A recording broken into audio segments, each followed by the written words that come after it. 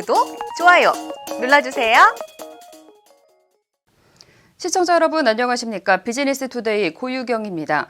7월 9일 목요일 오늘의 주요 뉴스 전해드립니다. 첫 소식입니다. 디지털 조선일보가 주관한 2020 소비자가 선정한 품질 만족 대상에서 서울 디지털대학교가 11년 연속 품질 만족 대상에 선정됐습니다. 디지털 조선일보는 올해 우수한 서비스 품질을 인정받은 18개 기업 24개 브랜드를 발표했습니다. 서울 디지털대학교는 사이버대학교 부문에서 11년 연속 품질 만족 대상에 선정됐으며 평강한의원은 10년 연속 수상 기록을 세웠습니다. 앞서 지난 8일 디지털 조선일보는 서울 코리아나 호텔 2층 다이아몬드홀에서 2020 소비자가 선정한 품질 만족 대상 시상식을 열고 수상자들에게 상패를 전달했습니다. 김영수 디지털 조선일보 대표이사는 코로나로 많은 분들이 힘든 시기를 보내고 있지만 수상자 덕분에 코로나 시대를 슬기롭게 극복할 수 있을 것이라 믿는다고 격려했습니다. LG전자가 파나마와 페루, 코스타리카 등 6개 나라의 실속형 스마트폰 등을 출시하고 글로벌 시장 공략 강화에 나섰습니다. LG전자는 K 시리즈 외에도 지난 5월 북미 시장에 LG 스타일로 6를 출시하며 실속형 스마트폰 라인업을 확대하고 있습니다. LG 스타일로 시리즈는 세련된 디자인의 스타일러스 펜이 내장됐습니다. LG전자 관계자는 고객에게 꼭 필요한 기능과 가격 경쟁력을 갖춘 실속형 제품을 지속 출시해 고객 선택의 폭을 넓혀 나갈 것이라고 밝혔습니다.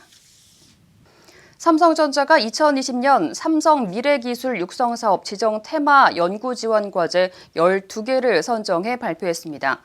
올해에는 혁신적인 반도체 구조 및 구현 기술과 난치병 치료를 위한 세포치료제, 양자 컴퓨팅 실용화를 위한 원천 기술 등 6개 분야에서 연구과제가 선정됐고 123억 5천만 원의 연구비가 지원될 예정입니다.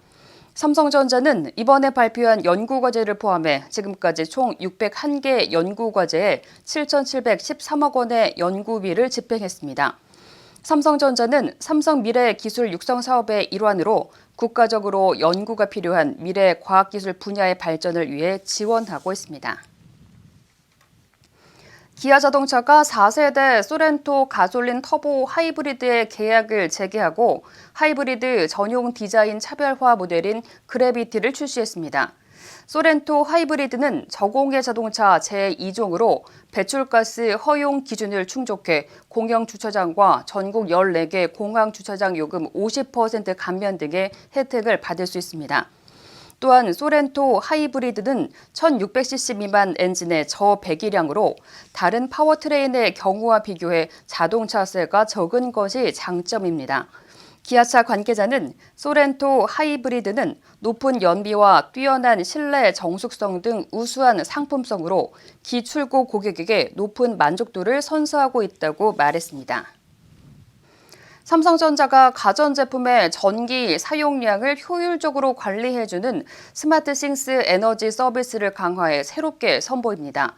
스마트싱스 에너지는 앱 내 연동된 각 가정 내 가전제품들의 에너지 사용량을 실시간으로 모니터링하고 사용자 패턴을 분석해 유용한 에너지 절감 팁을 제공할 뿐만 아니라 검침일 기준 예상 전기료를 확인해주는 서비스입니다. 이번에 업그레이드에 선보이는 스마트싱스 에너지 서비스는 에어컨과 공기청정기를 대상으로 에너지를 절감할 수 있는 제어 기능들이 추가된 것이 특징입니다. 삼성전자 생활가전사업부 상무는 가정의 에너지 사용량을 고려한 효율적인 에어컨 제어를 통해 무더운 여름철에도 전기료 걱정 없이 보다 쾌적한 생활을 하는 데 기여할 것이라고 말했습니다. 현대자동차그룹이 강릉시와 손잡고 강릉 서부시장을 복합 문화공간으로 재탄생시키겠다고 밝혔습니다. 도시재생사업이란 마을을 완전히 철거하는 재건축, 재개발과 달리 기존 모습을 유지하면서 낙후된 도시 환경을 개선하는 사업을 말합니다.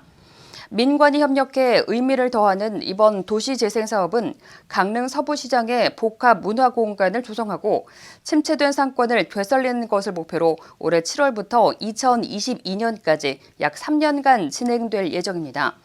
현대차그룹과 강릉시는 이번 사업을 통해 서부시장을 지역 음식과 상품, 지역 축제를 모두 즐길 수 있는 복합 문화공간 푸드홀로 바꾼다는 계획입니다. 오리온은 지난 6월 출시한 오리온 제주 용암수가 한 달 만에 판매량 150만 병을 돌파했다고 밝혔습니다.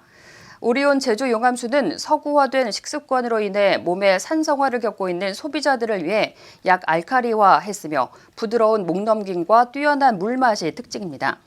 특히 오리온 제주 용암수는 연수 위주의 국내 물 시장에 경수라는 새로운 카테고리를 개척하며 소비자들의 호응을 얻고 있다는 분석입니다.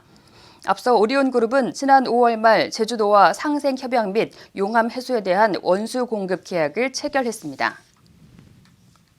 이마트가 강원도의 밥상 밀키트 시리즈 3종을 출시하고 향후 전국 8도의 대표 음식을 피코크 밀키트로 선보인다고 밝혔습니다.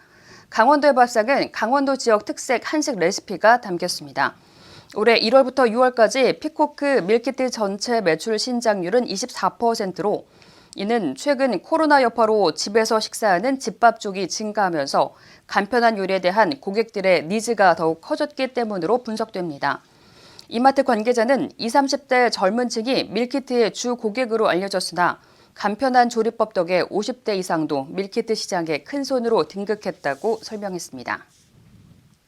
추미애 법무부 장관이 검언 유착 의혹을 수사할 독립적 수사본부를 구성하고 자신은 지휘에서 손을 떼겠다는 윤석열 검찰총장의 건의를 즉각 거부하면서 양측의 갈등이 폭발 직전으로 치닫는 양상입니다.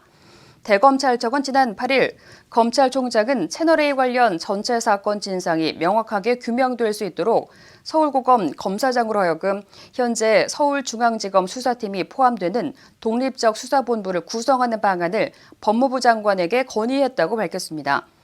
그러나 법무부는 총장의 건의사항은 사실상 수사팀의 교체 변경을 포함하고 있으므로 문헌대로 장관의 지시를 이행하는 것이라 볼 수 없다고 맞받아쳤습니다. 한편 미래통합당은 9일 대검의 추 장관을 직권남용 혐의로 고발하겠다고 밝힌 상황입니다. 이상으로 오늘 비즈니스 투데이를 마칩니다. 시청해주신 여러분 감사합니다.